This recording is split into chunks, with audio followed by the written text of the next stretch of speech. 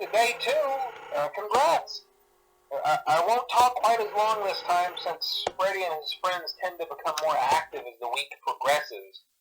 It might be a good idea to peek at those cameras while I talk, just to make sure everyone's in their proper place, you know. Interestingly enough, Freddy himself doesn't come off stage very often.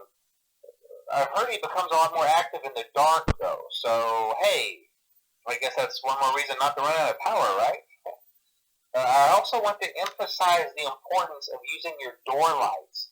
There are blind spots in your camera views, and those blind spots happen to be right outside your doors. So if you can't find something or someone on your cameras, be sure to check the door lights.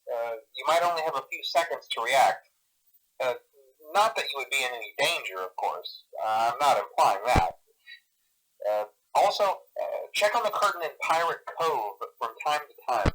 The character in there seems unique in that he becomes more active if the cameras remain off for long periods of time. I guess he doesn't like being watched. I don't know. Anyway, I'm sure you have everything under control. Talk to you soon.